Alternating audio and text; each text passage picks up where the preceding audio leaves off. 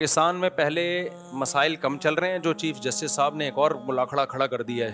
میرے بعد 30 جھوٹے کذاب اور دجال ظاہر ہوں گے، ان میں سے ہر ایک دعویٰ کرے گا کہ میں نبی ہوں، وَأَنَا خَاتَمُ النَّبِی لَا نَبِیَّ بَعْدِی، جبکہ میرے بعد کوئی نبی نہیں ہے، نہ ذلی نہ تشریع، ساری نبوت کا انکار کر دیا آپ صلی اللہ علیہ وسلم نے۔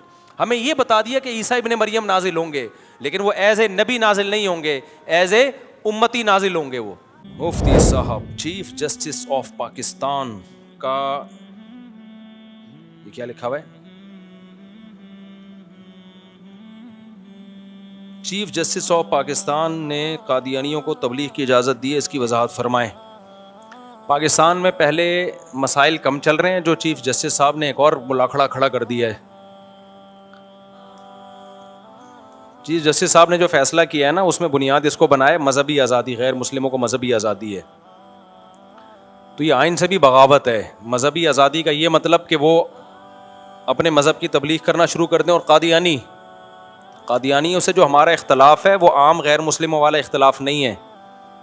قادیانی ایک جھوٹے نبی کو محمد صلی اللہ علیہ وسلم کی طرف منسوب کرتے ہیں، اور اتنا بڑا کفر کر کے اپنے آپ کو مسلم کہلاتے ہیں۔ قادیانی اپنے نام کے ساتھ اسلام ہٹا دیں تو ہم قادیانیوں کو وہی پروٹوکول دیں گے جو ہم ہندوؤں کو اور عیسائیوں کو دے رہے ہیں۔ کبھی ہم نے ہندو عیسائی کے خلاف کوئی نفرت آمیز تقریر کی؟ کبھی ہم نے کہا ہندو اور عیسائی سے لین دین جائز نہیں ہے، ان سے جو ہے تعلقات جائز نہیں؟ کبھی ہم نے کہا؟ قادیانیوں سے ہم تعلقات کی اجازت شدید مجبوری کے بغیر نہیں دیتے۔ وجہ کیا ہے؟ میں اس کو کئی بار مثال سے سمجھا چکا ہوں۔ دیکھو، ایک محلے میں ایک چرسی ہے، غریب ہے، حاجت مند ہے، آپ اس کی خدمت کرتے ہو۔ جب آپ کے گھر آتا ہے آپ کہتے ہو چلو یار یہ اس کا پرسنل معاملہ ہے، چرس پیتا ہے کہ نہیں پیتا، انسانیت کے ناطے آپ اس کا اکرام کرتے ہو، یہاں تک تو ٹھیک ہے بھائی۔ لیکن اس چرسی نے کہنا شروع کر دیا آپ کے بارے میں کہ آپ اس کے ابا ہو، اور جعلی ڈاکومنٹس بھی بنوا لیے اس نے۔ اب آپ کی غیرت برداشت کرے گی؟ اس کو پروٹوکول دو، وہ آپ کے گھر آ رہا ہے، آپ اس کو ساتھ لے کے گھوم رہے ہو، اپنے ساتھ کھلا رہے ہو، آپ بولو گے بھائی تو اپنی میری طرف نسبت ختم کر، میں چرسیوں کا باپ نہیں ہوں۔ آپ کو بے عزتی محسوس ہوگی اپنی، بھائی تو اپنے آپ کو میرے کھاتے میں کیوں ڈال رہا ہے؟ ہمارا عقیدہ ہے کہ قرآن مجید میں اللہ تعالیٰ نے صاف طور پر رسول اللہ صلی اللہ علیہ وسلم کے بارے میں بتا دیا، خاتم النبیین، آپ تمام پیغمبروں کے سب سے آخر میں ہیں۔ دیکھو، جب محمد صلی اللہ علیہ وسلم نے نبوت کا دعویٰ کیا تو کسی عیسائی اور یہودی نے اس بیس پہ آپ کے نبی ہونے کا انکار نہیں کیا کہ حضرت موسیٰ آخری نبی تھے یا حضرت عیسیٰ آخری نبی تھے۔ کوئی ایک ضعیف روایت بھی نہیں ملتی ہمیں، اس بیس پہ انکار نہیں کیا، کیونکہ حضرت عیسیٰ علیہ السلام نے کبھی یہ نہیں کہا کہ میں آخری نبی ہوں، لاسٹ میسنجر آف گاڈ ہوں میں۔ حضرت موسیٰ نے اور آپ کے بعد جتنے پیغمبر آئے کسی نے بھی یہ دعویٰ نہیں کیا۔ تبھی یہودی نبی صلی اللہ علیہ وسلم کے پاس تحقیق کے لیے آیا کرتے تھے، یہ دیکھنے کے لیے کہ آپ واقعی پیغمبر ہیں یا نہیں ہیں، نشانیاں چیک کرتے تھے۔ اگر حضرت عیسیٰ نے یہ دعویٰ کیا ہوتا کہ میں آخری نبی ہوں، اور یہ بات عیسائیوں میں مشہور ہوتی، تو عیسائی کہتے بھائی یہ اب کوئی نیا نبی دعویٰ ہی نہیں کر سکتا۔ تو پھر یہود و نصارہ کے آپ کے پاس آنا اور آپ کی بات سننا، تحقیق کی کوشش کرنا کہ یہ صحیح ہیں غلط ہیں، یہ سارے کام ہی لغو ہو جاتے، یہ کرتے ہی نہیں وہ۔ جب نبی صلی اللہ علیہ وسلم نے حضرت عبداللہ بن مسعود رضی اللہ تعالیٰ عنہ اور جعفر طیار رضی اللہ تعالیٰ عنہ کی قیادت میں حبشہ کی طرف وفد بھیجا ہے، تو حبشہ کا بادشاہ جو نجاشی تھا وہ عیسائی تھا۔ نجاشی نے تحقیق کے لیے بلایا جعفر طیار رضی اللہ تعالیٰ عنہ کو، آگے کیا، فرمایا کہ کیا بات کرتے ہو تو؟ انہوں نے بتایا کہ بھئی ہمارے ہاں نبی ظاہر ہوئے ہیں جن کا نام محمد ہے صلی اللہ علیہ وسلم۔ نجاشی نے پوچھا ان کا کیا دعویٰ ہے، وہ کیا تعلیمات دیتے ہیں؟ نجاشی تو عیسائیوں کا بادشاہ تھا، نجاشی کو کیا عیسائیوں کے عقیدے کا نہیں پتا تھا؟ اور اس کے ارد گرد پادری بیٹھے ہوئے تھے۔ اس وقت مذہبی ریاستیں ہوتی تھیں، سیکولر ریاستیں تو اب آنا شروع ہوئی ہیں، پہلے اسٹیٹس مذہبی ہوتی تھی۔ ایک مذہبی اسٹیٹ کا، عیسائی اسٹیٹ کا بادشاہ ہے، اس کے ارد گرد سارے عیسائی مذہبی رہنما بیٹھے ہوئے ہیں۔ نجاشی نے پوچھا کہ وہ کیا دعویٰ کرتے ہیں، انہوں نے بتایا کہ نبوت کا دعویٰ کرتے ہیں۔ نجاشی نے تحقیق کے لیے پوچھا کہ واقعی سچے نبی ہیں معاذ اللہ یا جھوٹے ہیں؟ تو نجاشی نے تحقیق کے لیے پوچھا کہ کیا کیا تعلیمات دیتے ہیں. پھر نجاشی نے کہا جو قرآن کلام ان پہ نازل ہوا ہے جس کے بارے میں وہ دعویٰ کرتے ہیں کہ یہ اللہ کا کلام ہے وہ پڑھ کے سناؤ. حضرت جعفر طیار نے جب کلام پڑھنا شروع کیا تو نجاشی کی رو رو کے داڑھی تر ہو گئی, اور جتنے لوگ بیٹھے ہوئے تھے سب کی داڑیاں تر ہو گئیں. اگر عیسائیوں کا عقیدہ ہوتا حضرت عیسیٰ اللہ کے آخری نبی ہیں تو نجاشی بات سنتا ہی نہیں, وہ ایک دم سن کے بوکھلا جاتا کہ بھائی حضرت عیسیٰ تو لاسٹ میسنجر آف گاڈ ہے. تو اس سے صاف پتہ چلتا ہے کہ نہ عیسیٰ ابن مریم آخری نبی, نہ موسیٰ علیہ السلام آخری نبی, اور آپ کے بعد کوئی آخری نبی. محمد صلی اللہ علیہ وسلم نے جب دنیا میں آئے تو قرآن نے صاف لفظوں میں بتا دیا کہ لاسٹ میسنجر آف گاڈ ہیں یہ. اور حدیث میں بھی آتا ہے انا خاتم النبی لا نبی بعدی, میں آخری نبی ہوں, میرے بعد کوئی نبی نہیں ہے. پھر آپ نے فرمایا میرے بعد 30 جھوٹے کذاب اور دجال ظاہر ہوں گے, ان میں سے ہر ایک دعویٰ کرے گا کہ میں نبی ہوں. انا خاتم النبی لا نبی بعدی, جبکہ میرے بعد کوئی نبی نہیں ہے. نہ ذلی نہ تشریع, ساری نبوت کا انکار کر دیا آپ صلی اللہ علیہ وسلم. ہمیں یہ بتا دیا کہ عیسیٰ ابن مریم نازل ہوں گے, لیکن وہ ایز اے نبی نازل نہیں ہوں گے, ایز اے امتی نازل ہوں گے. وہ کوئی نیا نبی نہیں آ سکتا. پرانا نبی نازل ہو سکتا ہے, نیا نبی مرزا غلام احمد کوئی آسمان سے تھوڑی ٹپکا ہے, وہ تو پیدا ہوا ہے, اس کے ابا کا بھی پتہ ہے لوگوں کو, اماں کا بھی پتہ ہے. تو اب اسی وجہ سے اس امت میں نبی صلی اللہ علیہ وسلم کے دنیا سے جانے کے بعد جس شخص نے بھی نبوت کا دعویٰ کیا ہے, کبھی بھی مسلمان علماء صلحاء یا مسلمان حکمران اس کے پاس تحقیق کے لیے نہیں گئے ہیں کہ یہ صحیح دعویٰ کر رہا ہے یا جھوٹا. فوراً یہ کہا کہ بھائی اب کوئی پیغمبر دنیا میں نہیں آ سکتا. یہی وجہ ہے کہ مرزا غلام احمد قادیانی نے جب دعویٰ کیا تھا تو علماء نے اسی وقت کہہ دیا, عرب علماء ملیشیا کے, انڈونیشیا کے اور ہندوستان کے اور افریقہ کے, جہاں جہاں دنیا میں اسلام ہے, سب نے کہہ دیا بھائی یہ ممکن ہے ہی نہیں. تو یہ اجماعی عقیدہ ہے. اب اگر ایک شخص, اچھا قادیانی یہاں تک رہتے, کہتے ٹھیک ہے آپ نہ مانو, ہم اس کو کیا مانتے ہیں نبی, بات ختم ہو جاتی. بھائی ہم کہتے ٹھیک ہے تم نے اپنی طرف سے ایک نبی گھڑ لیا, تم اپنے عقیدے کے مکلف ہو, تم جانو اور تمہارا مذہب جانے, ہمیں اس سے کوئی غرض نہیں ہے. دنیا میں اتنے سارے مذاہب ہیں, ایک اور مذہب. لیکن انہوں نے گڑبڑ کیا کی ہے. ایک جھوٹا نبی جو محمد صلی اللہ علیہ وسلم کی تعلیمات کے مطابق کذاب اور دجالوں کی فہرست میں داخل ہے, کیونکہ آپ نے فرمایا 30 کذاب اور دجال ظاہر ہوں گے. تو قادیانی اس کا جواب یہ دیتے ہیں کہ کذاب اور دجالوں کے بارے میں کیا ہے, مرزا غلام احمد کذاب اور دجال تھوڑی ہے. بھائی حدیث کے پورے الفاظ کیا ہیں, 30 کذاب اور دجال ظاہر ہوں گے جو ہر ایک جھوٹے ہونے کا دعویٰ کرے گا. اور ان کے کذاب اور دجال ہونے کی جو نبی نے وجہ بیان کی وہ حدیث کے آخر میں فرمایا کہ حقیقت یہ انا خاتم النبی لا نبی بعدی, میرے بعد کوئی نبی نہیں ہے. تو یہ وجہ جو بیان کی جا رہی ہے نا کذاب اور دجال ہونے کی کہ میرے بعد کوئی نبی نہیں ہے, یہ وجہ پورے طور پر مرزا غلام احمد قادیانی پہ صادق آتی ہے یہ وجہ. اور آپ نے تو فرمایا, ایک حدیث میں آتا ہے کہ میرے بعد کوئی نبی ہوتے, صحیح حدیث ہے, لکانا عمر تو عمر ہوتے. ایک حدیث میں آتا ہے کہ انت منی بمنزلتی ہارون من موسیٰ, حضرت علی رضی اللہ تعالیٰ عنہ سے آپ نے فرمایا کہ تمہاری میری وہی نسبت ہے جو موسیٰ اور ہارون کی تھی, لیکن فرق یہ ہے کہ موسیٰ کے بعد تو نبی تھے, میرے بعد نبی نہیں ہے. کیا مطلب نبی نہ ہوتے, میرے بعد نبی کا امکان ہوتا تو اللہ تمہیں بھی ہارون جیسا نبی بنا دیتے.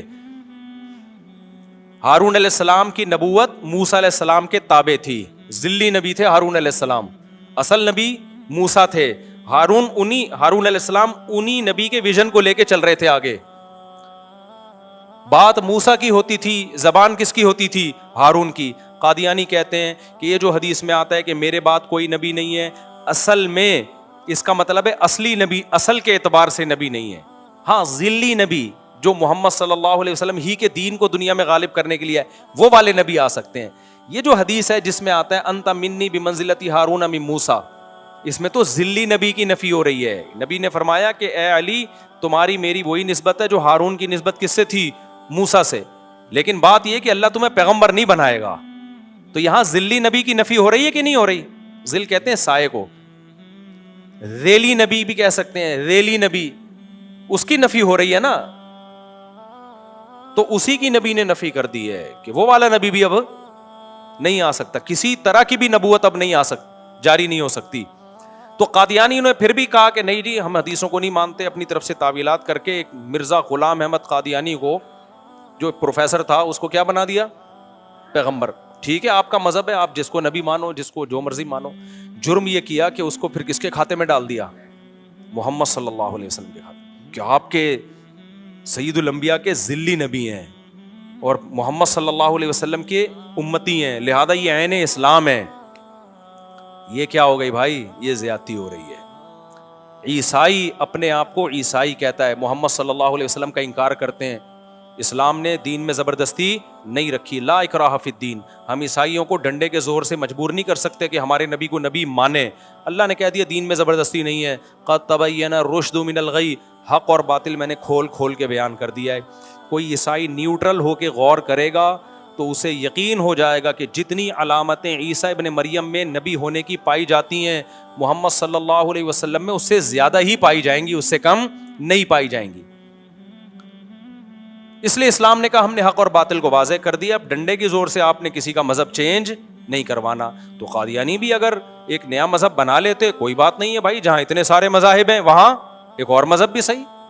کبھی ہم ڈنڈے کے زور سے کسی کو مجبور نہیں کرتے اور نہ کسی سے نفرت کا ہم اظہار کرتے ہیں. جرم کم بختوں نے کیا کیا, عیسائیوں نے کیا کیا, محمد صلی اللہ علیہ وسلم کا انکار کیا, لہذا صاف طور پر اپنے آپ کو کہا کہ ہم غیر مسلم ہیں, ہم مسلم نہیں ہے. اسلام کی طرف اس انکار کی نسبت نہیں کی. یہ نہیں کہا کہ قرآن کہتا ہے کہ محمد نبی نہیں ہے صلی اللہ علیہ وسلم, یہ نہیں کہا انہوں نے. قادیانی نے جرم یہ, ہندو نے بھی یہ نہیں کہا کہ ہم مسلم ہیں. بھائی اسلام بت پرستی تھوڑی سکھاتا ہے, آپ بتوں کو اسلام کی طرف کیسے منسوب کر سکتے ہو؟ یہ تو بڑا جرم, یہ تو اسلام میں تحریف کر رہے ہو نا آپ. سمجھ میں آ رہی ہے بات کہ نہیں آ رہی؟ اس کا مطلب آپ اسلام میں کیا کر رہے ہو؟ آپ تحریف کر رہے ہو. اسلام کو آپ وہ مذہب جو الحم سے لے کے والناس تک بت پرستی کے خلاف ہے, انہی بتوں کو محمد صلی اللہ علیہ وسلم کے کھاتے میں ڈال دو. اگر ہندو یہ جرم کرے گا پھر ہم برداشت نہیں کریں گے. ہم کہیں گے بھائی آپ کا مذہب اسلام سے الگ ہے, اس کو الگ رکھو. اور ہندو یہ کرتے بھی نہیں ہے کہ اپنے بتوں کو کس کے کھاتے میں ڈالیں؟ اسلام کے کھاتے میں. یہ جرم کرتے بھی نہیں ہے. لیکن قادیانی نے کیا جرم کیا ہے؟ وہی جرم کیا کہ ایک آدمی چرس پی رہا ہے اور اس چرسی کو کس کے کھاتے میں ڈال دیا؟ ایک شریف آدمی کے کھاتے میں ڈال دیا کہ تمہارا بیٹا ہے. وہ کہے گا بھائی یہ میں برداشت نہیں کروں گا, اس کا بائیکاٹ کروں گا میں. تو قادیانی نے کیا کیا کہ محمد صلی اللہ علیہ وسلم کی تعلیمات اور قرآن و سنت کے مطابق, اجماع امت کے مطابق جو شخص جھوٹا تھا اس کو نبی مانا, یہاں تک ہم برداشت کر لیں گے, تمہارا مذہب ہے, ہم نہیں مانتے اس کو نبی, ٹھیک ہے. اس نبی کو کھاتے میں کس کے ڈال دیا؟ محمد صلی اللہ علیہ وسلم کی طرف منسوب کر دیا کہ نبی کا ذلی نبی ہے, ذیلی نبی ہے. اور پھر اپنے اس کفر کو اسلام سے تعبیر کرنا شروع کر دیا. بھائی یہ اب کیا ہو رہی ہے؟ یہ زیادتی ہو رہی ہے. تو اس لیے جو چیف جسٹس صاحب نے فیصلہ کیا ہے نا کہ قادیانیوں کو بھی عام غیر مسلموں کے کھاتے میں ڈال کے ان کو بالکل اسی طرح رائٹ دے دیا ہے تبلیغ کا, اور اسی طرح سب کچھ اپنی وہ مذہبی وہ کر سکتے ہیں. تو جناب آپ قادیانیوں کو یہ کہہ دیں کہ وہ اپنے آپ کو مسلم کہنا چھوڑ دیں اور اپنے آپ کو احمدی کہنا بھی چھوڑ دیں, کیونکہ احمد محمد صلی اللہ علیہ وسلم کا نام ہے. قرآن میں اللہ نے نبی صلی اللہ علیہ وسلم کا نام محمد بھی بتایا اور احمد بھی بتایا ہے. وہ اپنے آپ کو اس کھاتے میں ڈالنا چھوڑ دیں تو ہم قادیانیوں کو وہی اقلیتوں والے حقوق دیں گے جو ہم ہندوؤں اور عیسائیوں کو دیتے ہیں. ہمارے بیان تو ہندو بھی سن رہے ہوتے ہیں, عیسائی بھی ملتے ہیں, عزت دیتے ہیں, ہم بھی ان کو عزت دیتے ہیں. میں آسٹریلیا میں تھا, ایک سکھ کا فون آیا, ملاقات کی کوشش کر رہا تھا, لیکن میں وہاں سے سڈنی سے جا چکا تھا. اس نے کہا میں آپ کے ایتھیزم کے خلاف بیان سنتا ہوں تو اللہ کے وجود کا مجھے یقین آتا ہے. کم از کم اس میں اتنی نرمی پیدا ہوئی, اس نے کہا کم از کم اتنی بات تو ہے نا کہ اللہ کو ماننے والے اور نہ ماننے والے برابر نہیں ہو سکتے. اللہ کو ماننے سے کم از کم اتنا تو ہوگا نا, خدا کو ماننے سے, کریٹر گاڈ کو ماننے سے, کہ دنیا میں برائی کم ہوگی. کیونکہ اگر گاڈ لیس زندگی ہو تو پھر انسان اور جانور میں کوئی فرق نہیں ہے. وہ سکھ ہو کے اللہ نے اس کو اتنی عقل دی ہے, اور ہمارے سیکولر اور لبرل لوگوں کو یہ عقل نہیں ہے. وہ کہہ رہے بھلے ہم مسلم نہیں ہیں لیکن کم از کم آپ خدا کے وجود کو ثابت کرتے ہو, یہ انسانیت کے لیے بہتر ہے. کیونکہ خدا کا انکار کر دینا, اس سے انسان اور جانور میں فرق ختم ہو جاتا ہے. تو سب سے تعلقات ہیں, لیکن بھائی قادیانیوں کو ہم اتنا فری بولو نہیں کریں. اگر کوئی قادیانی کا فون آتا کہ آپ سے ملنا چاہتا ہوں, اس نیت سے تو مل لیتا تبلیغ کروں گا اس کو, اس نیت سے نہیں کہ میں دوستی کا ہاتھ بڑھاؤں گا, دعوتیں ہوں گی, سیلفیاں چلیں گی, نہ نہ نہ نہ. یہ پھر محمد صلی اللہ علیہ وسلم کے ساتھ یہ ظلم ہے. آپ صلی اللہ علیہ وسلم کو کیسے چہرہ دکھاؤ گے بھائی؟ ایک عالم نے بڑا پیارا مضمون لکھا کہ ابو بکر صدیق رضی اللہ تعالی عنہ نے جو جھوٹے نبی کے خلاف لڑائی لڑی تھی نا، جس میں بڑے بڑے حفاظ صحابہ شہید ہوئے تھے، تو جب آپ قادیانیوں سے دوستی کی بات کرتے ہو تو ہمیں میدان جنگ میں ان اصحاب رسول کا خون اور ان کی پڑی ہوئی لاشیں یاد آ جاتی ہیں، جس کے لیے اتنی بڑی قربانیاں دی ہیں. تو یہ غیرت کا مسئلہ ہے. غیرت ہوگی تو بات سمجھ میں آئے گی. جو غیرت نہیں ہوتی، اور غیرت کو لفظوں میں ڈیفائن نہیں کیا جا سکتا، ایکسپلین نہیں کیا جا سکتا. تو اس لیے بھائی قادیانیوں سے، میں نہیں کہہ رہا قادیانیوں کو مارو پیٹو ظلم کرو، نہ، اس کی قطعاً اجازت نہیں ہے، لیکن قادیانیوں سے دوستیاں لگانے کی آپ کو اجازت نہیں ہے، ان سے رشتے کرنے کی آپ کو اجازت نہیں ہے. دیکھو اسلام جہاں محبت کا درس دیتا ہے کہ اللہ کے لیے محبت، وہیں اسلام اللہ کے لیے بغض کا بھی حکم دیتا ہے. جب آپ کو کسی سے محبت ہوتی ہے تو صرف یہ نہیں ہوتا محبوب کے لیے آپ کسی سے محبت کرتے ہیں، نہ، بعض دفعہ محبوب کی خاطر کسی سے بغض بھی رکھنا پڑتا ہے. ہم نہیں کہہ رہے کہ قادیانیوں کی املاک پہ قبضہ کریں آپ، ہم نہیں کہہ رہے ان کو ماریں پیٹیں آپ، نہ کسی قادیانی کو قتل کرنے کی اجازت ہے، نہ اس کو ٹارچر کرنے کی اجازت ہے آپ کو، لیکن دوستی کا ہاتھ نہیں بڑھا سکتے. یہ بہت بڑا جرم ہے. لوگ بتا رہے ہوتے ہیں ہمارے آفس میں قادیانی ہے، میرا بڑا اچھا دوست ہے. بھائی کیسے آپ کا دوست ہو گیا؟ آپ صرف ریزرو ہو کے اس سے ضرورت کا تعلق رکھو. اس کو بولو بھائی اپنے اس جھوٹے پیغمبر کو محمد صلی اللہ علیہ وسلم کے کھاتے میں مت ڈالو، پھر ہم دوستی لگائیں گے. ہم نے جانا اللہ کے پاس ہے، ایسا ہے یا نہیں ہے؟ منہ ہم نے اللہ کو دکھانا ہے، اور حوض کوثر پہ سید الانبیاء صلی اللہ علیہ وسلم کا ہم نے سامنا کرنا ہے. تو کوئی تو غیرت کا ہمارے پاس ایسا واقعہ ہونا کہ ہم سید الانبیاء کا حوض کوثر پہ سامنا کر سکیں. آپ کے باپ کی کسی سے دشمنی ہے، صبح و شام وہ آپ کے باپ کو گالیاں دیتا ہے، صبح و شام آپ کے باپ کو برا بھلا کہتا ہے، اور آپ کو پتا کل میری ابا سے ملاقات ہو رہی ہے، اور اس سے ایک دن پہلے آپ ابا کے دشمن کے ساتھ جا کے سیلفیاں لے کے آ رہے ہو. تو آپ کیا بولو گے؟ بھائی آج نہیں ہو سکتا کیونکہ کل میری ملاقات کس سے ہے؟ ابا سے. میں ابا کو کیا منہ دکھاؤں گا؟ ابا کہے گا اور تجھے 100 لوگ 20 لوگ نہیں ملے تھے، جا کے اسی شخص سے مجھ سے ملاقات سے پہلے مل کے آ رہا ہے جس سے صبح و شام میری دشمنی چل رہی ہے. تو دنیا کے تعلقات میں یہ بات سمجھ میں آتی ہے. تو سید الانبیاء صلی اللہ علیہ وسلم کے رشتے سے، اور آپ صلی اللہ علیہ وسلم کو نبی بھی مانتے ہو، ان کے امتی بھی، اور اس امید پر بھی ہو کہ قیامت کے دن نبی صلی اللہ علیہ وسلم ہماری شفاعت کریں گے، حوض کوثر سے پانی پلائیں گے. تو جب ان چیز، یا تو ان عقیدوں کا انکار کر دو، بولو مر کے مٹی ہو کے ہم نے ختم ہو جانا ہے، کوئی نبی نہیں، کوئی قرآن نہیں، کوئی اللہ نہیں، لبرل سیکولر بن جاؤ. سیکولر لوگوں کا کوئی مذہب نہیں ہوتا. تو بھائی ہم تو اللہ کو مانتے ہیں، اور اللہ کے پیغمبروں کو مانتے ہیں، اور ہم مانتے ہیں کہ جو پیغمبروں سے محبت کرے گا اس کی نجات ہوگی، جو اللہ کے رسولوں سے محبت نہیں کرے گا اس کی نجات نہیں ہوگی. ہمارے پاس محبت کے لیے اور کیا عمل ہے؟ تو کم از کم اتنا تو کر لو کہ اللہ کے حبیب صلی اللہ علیہ وسلم کی طرف جس جھوٹے کذاب کی نسبت کر کے نبی کے کھاتے میں ڈال دیا. دیکھو نبی، دیکھو جیسے اللہ کے ساتھ سب سے بڑا ظلم یہ ہے کہ آپ اللہ کے ساتھ معبود ہونے میں کسی کو شریک کرو. اس سے بڑا ظلم کوئی ہو سکتا ہے؟ ایک تو ہے آپ نے اللہ کے حکم کو فالو نہیں کیا، یہ بھی ظلم ہے، لیکن قرآن کہتا ہے سب سے بڑا ظلم ہے ان الشرک لظلم عظیم. سب سے بڑا ظلم کیا؟ اللہ کے ساتھ آپ کسی کو الوہیت میں شریک کر لو. خوب سمجھ لو، محمد صلی اللہ علیہ وسلم کے کسی حکم کو توڑ دینا یہ بھی نبی کے ساتھ ظلم زیادتی ہے. سب سے بڑی زیادتی ہے کہ وہ نبوت جس میں آپ صلی اللہ علیہ وسلم کو اللہ نے مقام دیا اور آخری نبی بنا کے تمام پیغمبروں کا سردار بنایا، بہت بڑا اعزاز دیا، اس اعزاز میں آپ نے اگر کسی جھوٹے کو شریک کر لیا تو محمد صلی اللہ علیہ وسلم کے ساتھ اس سے بڑی زیادتی اور ظلم ہو نہیں سکتا. میں سمجھا پا رہا ہوں اپنی بات؟ یہ تو آپ نے نبی کی حیثیت کو بہت ہی گھٹا دیا کہ جو سب سے بڑا اعزاز تھا ہمارے نبی کے لیے کہ آخری نبی ہیں، اس اعزاز میں ایک جھوٹے آدمی کو آپ کے ساتھ شریک کر دیا.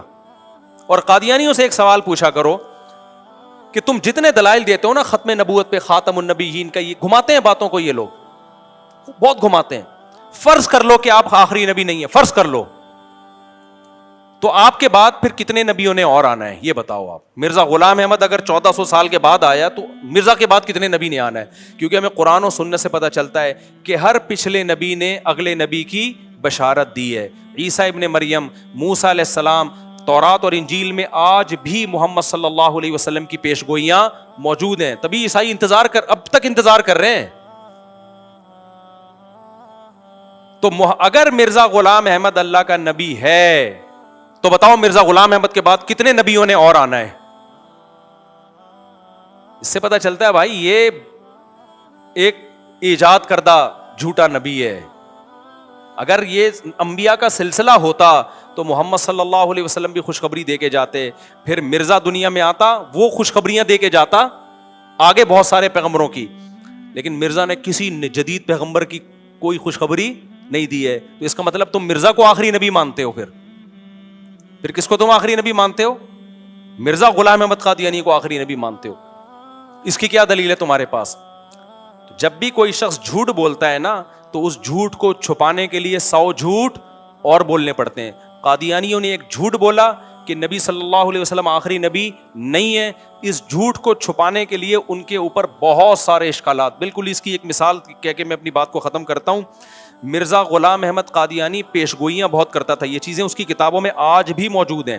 مرزا غلام احمد قادیانی نے پیش گوئی کی تھی کہ میرا نکاح محمدی بیگم سے ہوگا.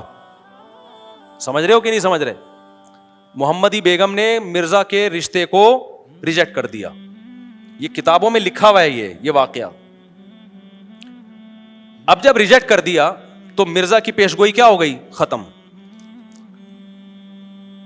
تو علماء نے جا کے پکڑا کہ تمہارا جو یہ ہے یہ تو انبیاء کی پیش گوئیاں تو پوری ہوتی ہیں. تو میں نے بتایا نا ایک جھوٹ بولنے کے لیے 100 جھوٹ بولنے پڑتے ہیں اور آپ غلط در غلط کرتے چلے جاتے ہیں. تو مرزا نے کہا کہ میری پیش گوئی پوری ہو چکی ہے. اللہ نے جیسے محمد صلی اللہ علیہ وسلم کا نکاح حضرت زینب سے آسمانوں پہ کیا تھا تو اللہ نے میرا نکاح بھی اس سے, اور محمدی بیگم کی اولادیں بھی ابھی زندہ ہیں, پتہ ہے آپ کو, پوتے نواسے. جب ختم نبوت کی علماء یہ واقعہ سناتے ہیں نا, اتنے مضبوط ریفرنسز ہیں ان کے پاس کہ وہ ان کے خاندان کے بندوں سے بھی آپ کو ملا سکتے ہیں. سمجھ رہے ہیں؟ مرزا نے دعویٰ کیا تھا نا جس عورت سے میری شادی ہوگی اس کے پر پوتے پر نواسے موجود ہیں. تو جب علماء نے پوچھا یا لوگوں نے سوال کیا کہ آپ نے تو پیش گوئی کی تھی کہ میرا محمدی بیگم سے نکاح ہوگا, وہ تو ہوا نہیں, وہ تو کہیں اور شادی کر لی اس نے. تو اس نے کہا اب ایک جھوٹ بولا تھا نا چھپانے کے لیے, اس سے بھی غلط بات انسان کو کرنی پڑتی ہے, وہ پکڑا جاتا ہے, پھر وہ جھوٹ پنپتا نہیں ہے. تو مرزا نے کہا کہ نبی صلی اللہ علیہ وسلم کا نکاح حضرت زینب سے جیسے آسمانوں پہ ہوا تھا تو میرا نکاح بھی محمدی بیگم سے آسمانوں پہ ہو چکا ہے, لہذا میری پیش گوئی پوری ہو چکی ہے. اس کو نہیں پتا تھا کہ یہ کہہ کے میں اور زیادہ چوڑے میں آ جاؤں گا. قادیانیوں کے پاس اس بات کا اب تک کوئی جواب نہیں ہے. سوال یہ پیدا ہوتا ہے کہ جب تمہارا اس خاتون سے آسمانوں پہ نکاح ہو گیا تو یہ تمہاری بیوی بن گئی اور قادیانیوں کی امہات المومنین میں داخل ہو گئی کہ نہیں ہو گئی؟ روحانی ماں ہو گئی کہ نہیں ہو گئی؟ اب مجھے ایک بات بتاؤ, آپ جس کو پیغمبر مانتے ہیں اور جس کی بیوی کو اپنی روحانی ماں مانتے ہیں, وہ رات کسی اور کے ساتھ گزار رہی ہے, کسی اور سے بچے جن رہی ہے. وہ انبیاء کی بیویوں میں شرک ہو سکتا ہے, زنا نہیں ہو سکتا, کیونکہ کسی شخص کی بیوی زنا کرتی ہے نا, مشرک ہونا دنیا میں شوہر کے لیے اتنا بڑا عار نہیں ہے. تبھی تو اللہ نے یہودی عیسائی عورت سے بھی آپ کو نکاح کی اجازت دے دی ہے. حالانکہ عیسائی تو شرک کر رہی ہوتی ہے عیسیٰ علیہ السلام کو اللہ کا بیٹا کہہ کے, لیکن آپ کی بیوی کسی اور کے بستر پہ سوتی ہو, یہ مرد کے لیے بہت بڑا دھبا ہے, وہ سوسائٹی میں منہ دکھانے کے قابل نہیں رہتا. اسی وجہ سے اللہ نے پیغمبروں کی بیویوں کو زنا سے محفوظ رکھا ہے. نوح علیہ السلام, لوط علیہ السلام کی بیوی کافرہ تھی, زانیہ نہیں تھی. تبھی حدیث میں آتا ہے ولدت من نکاح الا من زنا, مطلب حدیث کا آدم سے لے کے اب تک میرے نسب میں کوئی خلل واقع نہیں ہوا ہے. جتنا نبی صلی اللہ علیہ وسلم کا سلسلہ آدم علیہ السلام تک پہنچتا ہے نا, آپ کی ماؤں میں بھی کسی نے کبھی خیانت نہیں کی ہے, چاہے وہ غیر مسلم ہی کیوں نہیں تھی. اللہ پیغمبروں کے نسب کو محفوظ رکھتا ہے. تو آپ اب اندازہ لگاؤ کہ قادیانیوں کی روحانی ماں ہیں, امہات المومنین ہیں, اور مرزا کے مطابق سوتی کسی اور کے پاس ہے, بچے کسی اور سے جن رہی ہے. آپ کی اماں اللہ نہ کرے یہ کام کر رہی ہو, آپ سوسائٹی میں کسی کو منہ دکھانے کے قابل رہو گے؟ آپ زنا کے خلاف تقریریں کر رہے ہو, کسی نے کہا کہ آپ کی اماں سنا ہے گھر سے بھاگ گئی ہیں, اور سنا ہے ان کے 6 بچے بھی ہو گئے ہیں کہیں اور جا کے. آپ کم از کم کسی اور ٹاپک پہ بیان کرو گے, اس ٹاپک پر کبھی دوبارہ بیان نہیں کرو گے. اللہ پیغمبروں کو اس عار اور عیب سے محفوظ رکھتے ہیں کہ ان کی بیویاں زنا کریں. بہت سارے سوالات ہیں قادیانیت کے بارے میں, تو آپ ختم نبوت کے علماء کے پاس بیٹھ جائیں تو 2 منٹ میں آپ کو, اگر کوئی قادیانی حق کا متلاشی ہے, 2 منٹ میں وہ اس کی کتابوں سے کچا چھٹا کھول کے رکھ دیتے ہیں مرزا کے بارے میں. تو قادیانیوں کا جرم مرزا کو نبی ماننا یہ بھی ہے, لیکن بڑا جرم کیا ہے کہ اپنے آپ کو وہ کیا کہتے ہیں؟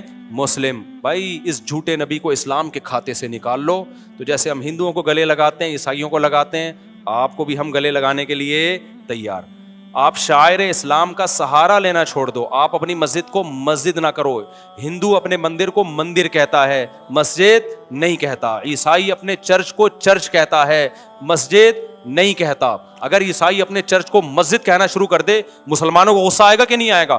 اور ہم اپنی مسجد کو چرچ کہنا شروع کر دیں, عیسائیوں کو غصہ آئے گا, ہندوؤں کو غصہ آئے گا کہ تم اپنی مسجد کو مندر تو ہمارا ہوتا ہے, تمہارا تھوڑی ہوتا ہے. تو عیسائی اپنی عبادت گاہ کو کوئی بھی نام دے دیں, مسجد کہنے کی, قادیانی اپنے عبادت گاہ کو کوئی بھی نام دے دیں, مسجد کا لیبل لگانے کی آپ کو اجازت نہیں ہے. قادیانی مرزا کو نبی کہہ دیں, جو ہماری نظر میں جھوٹا ہے, لیکن اس کو محمد صلی اللہ علیہ وسلم کے کھاتے میں ڈالنے کی اجازت نہیں ہے. شاعر اسلام, اذان, یہ چیزیں شاعر اسلام میں, یہ قادیانیوں کو اجازت نہیں ہے. تو یہ جو چیف جسٹس صاحب نے فیصلہ کیا ہے, کچھ ہوش کے ناخن لو. ابھی ملک کن حالات سے گزر رہا ہے, اور آپ نے ایک نیا شوشہ لا کے قوم کے اوپر مسلط کر دیا. تو الحمدللہ جامعۃ الرشید اب اس پہ اجلاس بلایا, محنت کر رہا ہے کہ اس میں کیس فائل کر کے اس قانون کو چینج کرنے کی کوشش کی جائے. تو اور بھی الحمدللہ علماء کوشش کر رہے ہیں اس کی. تو اللہ سے ہمیں امید ہے کہ انشاءاللہ یہ قانون چینج ہو جائے گا. اگر چینج نہیں ہوتا تو عوام کا یہ ذمہ داری ہے کہ سوشل میڈیا پہ بھی اور ہر طرح سے وہ اپنا احتجاج ریکارڈ کروائے کہ ہم کسی قیمت پہ اس قانون کو باقی رہنے نہیں دیں گے. یہ ہماری غیرت کا مسئلہ ہے اور ہمارے ایمان کا مسئلہ ہے. یہ مطلب نہیں ہے کہ ہم مذہبی تشدد پسندی کے قائل ہیں. ہم مذہبی طور پر متشدد ہوتے تو عیسائیوں کو چرچ جانے نہیں دیتے, عیسائیوں کے ساتھ لین دین کو حرام قرار دیتے, نہ.